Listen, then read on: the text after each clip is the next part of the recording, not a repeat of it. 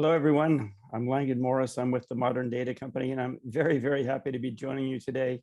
It's a fabulous idea for an event. Thank you so much, World Green Building Council, for inviting us to participate. Today, I'm going to talk about net zero and the net zero city, and also share with you our idea of a transformation roadmap and how that roadmap can be achieved. So I want to start off by talking about the challenge. Of course, you all know what the challenge is very, very clearly. So with global warming, with global climate change, we have unprecedented flooding around the world. So here's an example from Venice. Here's an example from China, a little bit more disturbing. We have mountains of garbage that we don't know what to do with. So we're just putting it into the ground, creating tremendous volumes of waste, wasting resources that clearly we don't have. But we have many solutions. So one of the things that I discovered as I was researching the whole phenomenon of net zero, and I'll talk a little bit more about that research in a little bit, was that there are solutions. There are solutions being developed all over the world. And so here are a few examples. In Colombia, there's Ciclovia, the day dedicated to cycling. Hundreds of kilometers of Colombia's roads in Bogota are dedicated to cyclers on a regular basis. And people are enjoying the city in a new way and experiencing it in a new way, and also promoting their health and understanding about the importance of taking care of the environment. In the UAE, we have the new BEA headquarters, a beautiful building designed by Zaha Hadid, but also tremendously energy efficient because engineers at AECOM, including my friend Farinaz, did detailed energy modeling studies of the building before it was constructed, and therefore helped to create a tremendously energy efficient building. This is in Dubai. This is a World Trade Center building, which is tremendously efficient, and as you can see, also tremendously beautiful, taking advantage of many architectural innovations to make the building both pleasant for pedestrians and users, and also very, very energy efficient, particularly compared with the office towers, which are nearby.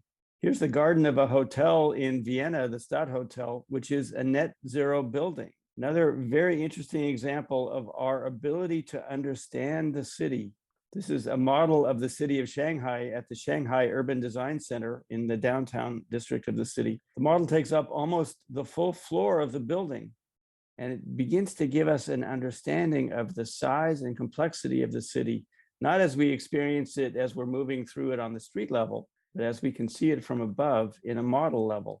And this model, as we will see shortly, and this model, and models like this, will be tremendously helpful to us as we work to achieve net zero in our cities, both in China as here and worldwide.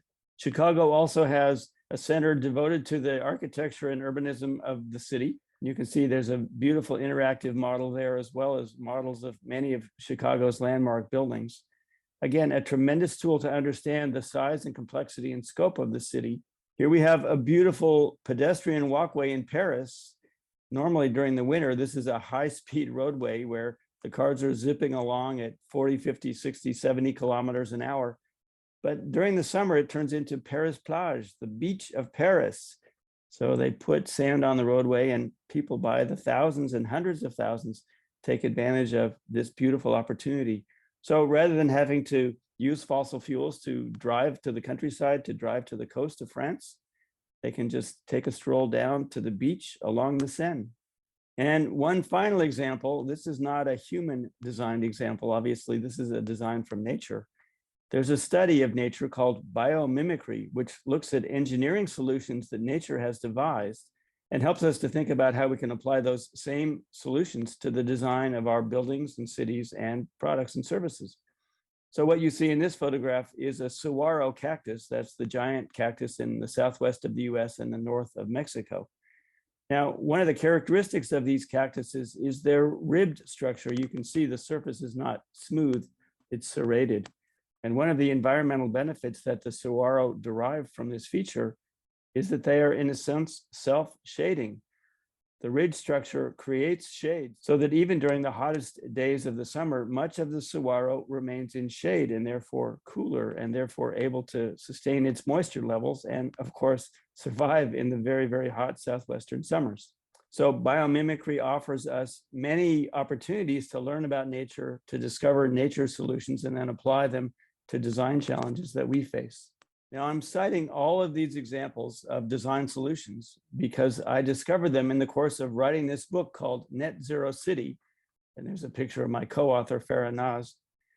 We were trying to understand the complexity of the city, to model the complexity of the city, and then think about how it could be made net zero. So obviously this theme is a perfect fit for this conference, and we're very happy to be sharing some thoughts for you. Now, in the course of writing the book, Farah and I developed a framework, a way to think about the complexity of the city. If you think about a city with millions of inhabitants, tens of thousands of buildings, vehicles, roadways, all the infrastructure, it's a very, very complex system. And if this system is going to be transformed to be net zero, we have to understand the system as a system. Now, a lot of this work for me derived from studies that I did at the London School of Economics Cities program, LSE Cities. So this framework that I'm sharing with you here is derived from the coursework I did at LSE in 2019 and 2020.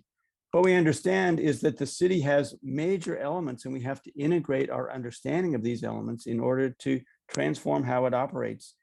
It's not sufficient to say, yes, we have to have net zero buildings, or yes, we have to have net zero infrastructure.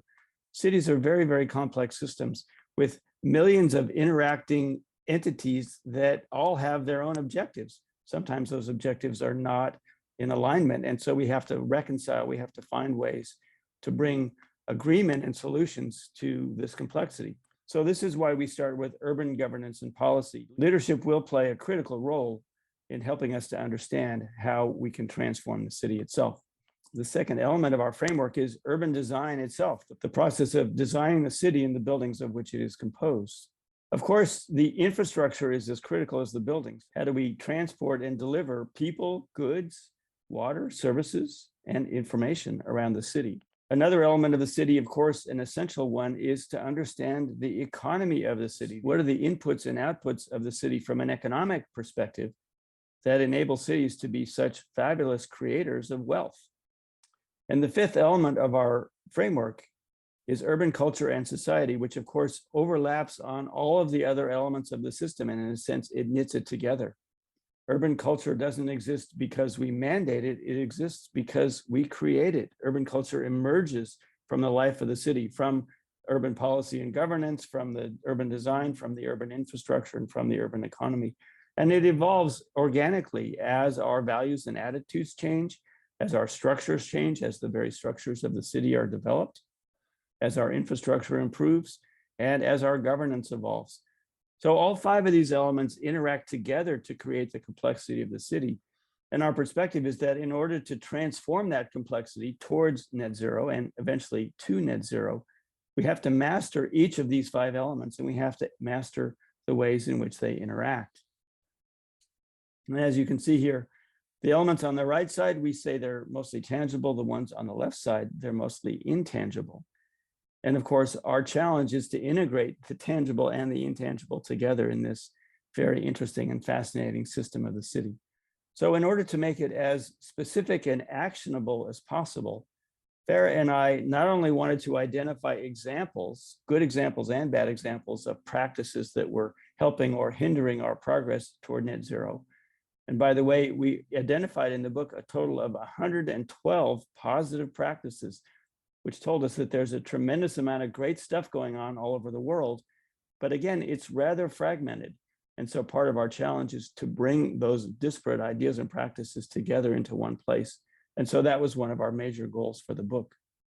Another major goal for the book was to create a roadmap, an actionable roadmap that would help citizens and leaders to understand all of the steps that might be necessary to transform their own city into a net zero city. We've taken very seriously what we're hearing from the scientists, which is that we have to address the climate crisis not over a period of 20, 30, or 40 years, but over the next 10 years. So we put ourselves a thought experiment. What will we do to transform a city in 10 years, by 2032 in this case?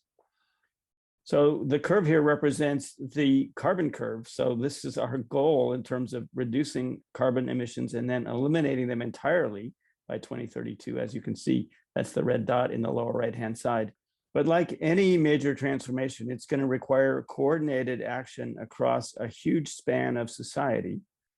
And it's going to require that we think about it in terms of phases, in terms of understanding the challenges, designing solutions, and then implementing them. So we suggest that there are 4 phases for this transformation. In phase one, we do a lot of learning and assessment. In phase two, we do a lot of prototyping and testing. In phase three, we do a lot of implementation because by then we've learned exactly what we have to do. And by phase four, we've achieved our goal.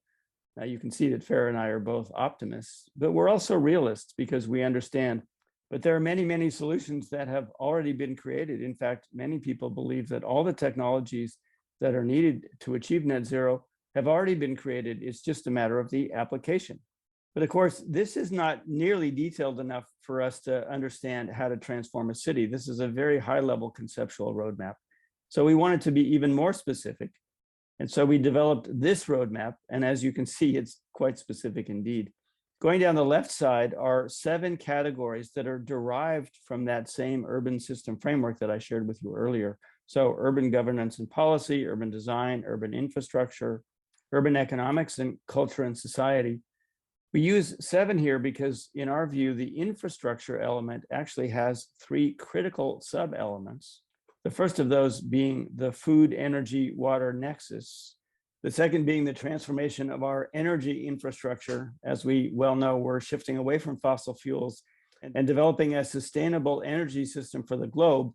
This is a long-term and very expensive process, but one which is well underway.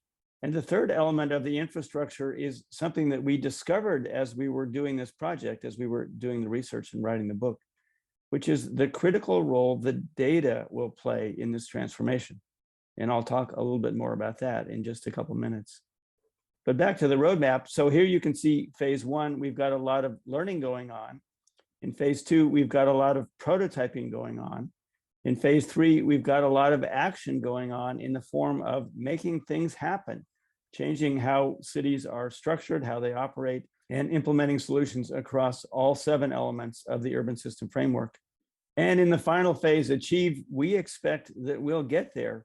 And highlighted in red on the right side of the diagram are some of the key milestones that we hope to achieve around 2032, so that yes, we can report success, net zero achieved.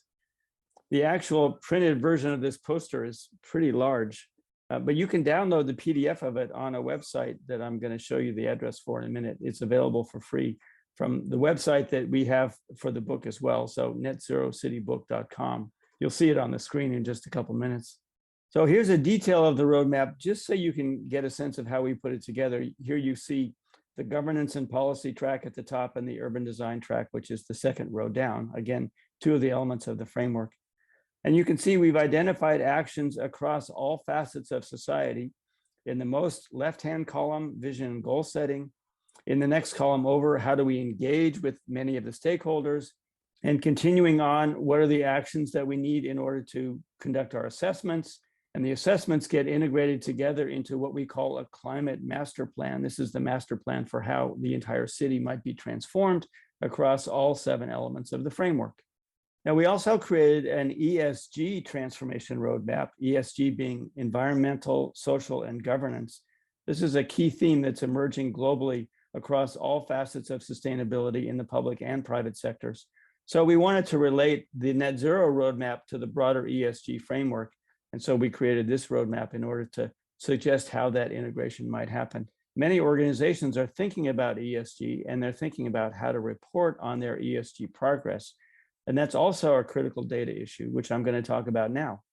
And the way I'm going to talk about it is by describing something new that we've just defined in the book, which is what we call the urban twin. Now, you're probably familiar with the notion of the digital twin. This is a twin in software to represent an entire building. So the systems of the building are represented in various modeling forms, both in terms of their structures and their functions. And this enables us to build much better buildings. It also enables us to operate them much more effectively. So the digital twin is now a common engineering and design standard that's being used globally in buildings around the world to help manage their energy requirements and reduce their energy consumption, among other things. But if we think about the transformation of a city, a digital twin isn't going to be enough. Actually, what we're going to need is an urban twin. We need a model of the entire city. And that's why I showed you those models of Shanghai and Chicago earlier, because they're physical models that help us to understand the scale and the scope of the city, What we need to do now is to create digital models that show how the city functions as a system, because again, it's as a system and our ability to understand it as a system that we'll be able to achieve the scale and scope of transformation that we require in order to get to net zero.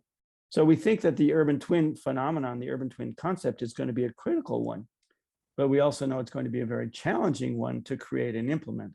So here are some of the data dimensions that we're going to have to capture in order to make the digital twin a reality. Of course, we need to look at our scope 1, 2, and 3 emissions. And from the perspective of World Green Building Council, with its focus on buildings, we're looking at issues like building performance, materials and processes, and of course, climate, weather, sunlight, heat gain and loss, energy use, production and distribution, et cetera. But there are many other factors that we have to consider as well in our city as a system model. Urban transport, food, water, population health, manufacturing, distribution, imports, exports, carbon accounting, policies and regulations, the conservation efforts in the city, et cetera, et cetera. What we're seeing is a massive amount of data that has to be integrated. And then it also has to be visualized. We have to see it in a format that enables us to understand the patterns and therefore to design the most effective interventions. So around the world, we see many forms of dashboards related to net zero and urban management. And of course, these dashboards are critical to helping us to make the decisions and therefore engaging with the governance in order to, again, achieve this scale of transformation that we're talking about. So what we realized from all this, and this was indeed a powerful discovery that Farah and I made as we were working on this project, is that we need a robust data infrastructure. That's absolutely essential to make this model happen, to make it possible to have this important perspective, this important overview, so that we can in fact make the right decisions in order to achieve this transformation on a pretty fast scale. 10 years is not a long time to achieve what we're talking about. So we began to think about how to structure a model, a data model. What would a data system look like? Well, we have the data sources, of course, and we have to manage them, and we have to manage them in a secure way. So we have that critical infrastructure just from the data perspective. But the purpose, of course, is not to have the data. The purpose is to do something useful with the data. And that's the analytics and the notion of a digital strategy. And ultimately, that leads to the implementation, the ability to change how we operate based on solid data that gives us very, very clear insights about where the greatest opportunities are and where the greatest needs are. So we created this model. We call it the data value stack. And what we see clearly is that value increases as you go from left to right. The value on the right is the delivery of the essential insights. But that doesn't happen unless you have the data, unless you have the ability to aggregate it, unless you have the ability to analyze it effectively. And as we were thinking about this at the time, we realized that the tools to do this, well, for the most part, they actually don't exist. So we asked ourselves, how are we going to achieve net zero if the data and analytics tools that are necessary to aggregate these huge databases across all of these different factors and elements of a city, if the database doesn't exist, the analytics can't be done, and that might actually prevent us from achieving the goal. So if we look at this in a little bit more detail, here's an example of what we're talking about. Some of the data sources on the left, some of the critical elements of the data management, security, and analytics on the bottom. And of course, what's the objective? What are the results that we aspire to? Well, we want to have correct policy. We want to have well-managed growth. We want to achieve sustainability, livability, and of course, this is going to require a tremendous amount of innovation that will enable us to achieve climate resilience, climate adaptation, to do so and still sustain economic success, to increase equity globally, as well as food, water, and energy security, and of course, ultimately to get to net zero.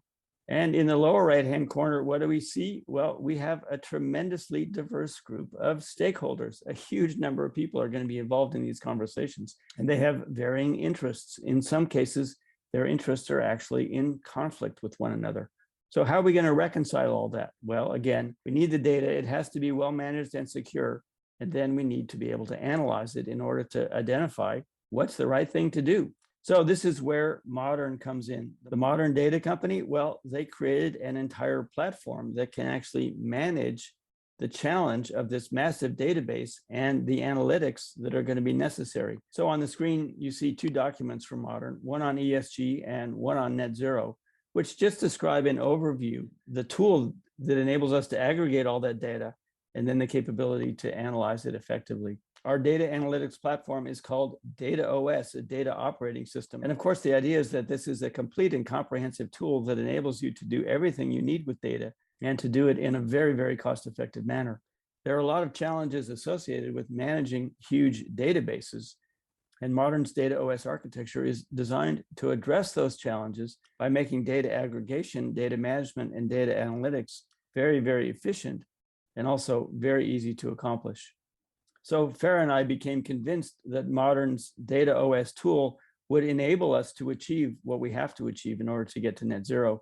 So we began to partner with them to bring forward the net zero and ESG solutions to as broad an audience as possible, because we think it'll help us to accelerate our process of achieving net zero. And of course, getting to net zero quickly, well, that's a global priority for all of us. Now, in addition to our work with Morden, we've also formed a nonprofit organization called Net Zero Action Alliance. And of course, the message should be very clear from the name. Is action that we need on a global basis. We've been talking about this for 30 or 40 or 50 years, and now we have to move into an action phase. So the Net Zero Action Alliance is an implementation partner with Morden to provide the consulting type services that any organization or municipality will need. So the Net Zero Action Alliance is a collaborative effort of many organizations to bring together both the expertise and the data to enable us to create and share solutions on a global basis. So to support this process, the Action Alliance has defined this master plan audit. So here are some of the elements that we need to look at as we create a master plan for any organization or any municipality. Of course, we need to look at building energy, we need to look at climate risk, we need to look at materials, we need to look at construction. All of these issues have to be explored. All of the work that we do will create a massive amount of data, and the Morden platform enables us to aggregate that data, analyze it, and make policy recommendations to accelerate the progress toward net zero as quickly as possible. Now, there's one final theme that I want to touch on today, which is the critical importance of leadership. Leadership at all levels, from the municipality down to the businesses, down to the families and the individuals. Leadership, we understand, is critical in making this transformation, because we're talking about learning to live differently. And leadership is always critical in helping us to adopt these new behaviors that are necessary. So we think of it as a shift. Society at the macro level is going to shift, and it's also happening at the micro level of our families, of our businesses, and of our cities. So what are we talking about? Well, we're talking about shifts of many different kinds. We're going to change the structure and operation of our urban systems. We're going to change our behaviors. For that, we need new policies and new designs, new urban designs and new building designs. We're actually in the process of restructuring the global economy away from fossil fuels and towards sustainable energy, a huge transformation, a huge shift in and of itself. And of course, that means that the infrastructure of the economy is changing. And as I mentioned before, the energy systems of society, yes, they're changing as well. So it's important to recognize that this is probably the fastest designed transformation that's ever been attempted in human history. What we're going to do over the next 10 years is something that no civilization has ever tried and no civilization has ever accomplished.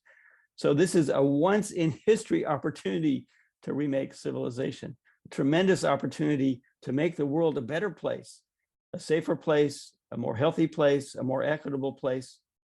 And for that, of course, we're going to have to do it together. So the key last message that I want to share with you, yes, this is a collaborative effort. We can only do this by working together. So again, I'm grateful to the World Green Building Council for putting this event together, because it highlights very clearly how so many organizations can contribute their expertise, their technology, their understanding, their capability to help move society forward, to work together to make this transformation a reality. So as I mentioned, here's the website associated with the book, www.netzerocitybook.com. And the roadmap that I shared with you is available as a free download, as well as many graphics that we used in the book. In our work with the Morden Data company, we are actively looking for prototyping and case study opportunities. So I'd be very, very happy to hear from you if you think that what we're doing at Morden and the Net Zero Action Alliance could help you to achieve your objectives as well.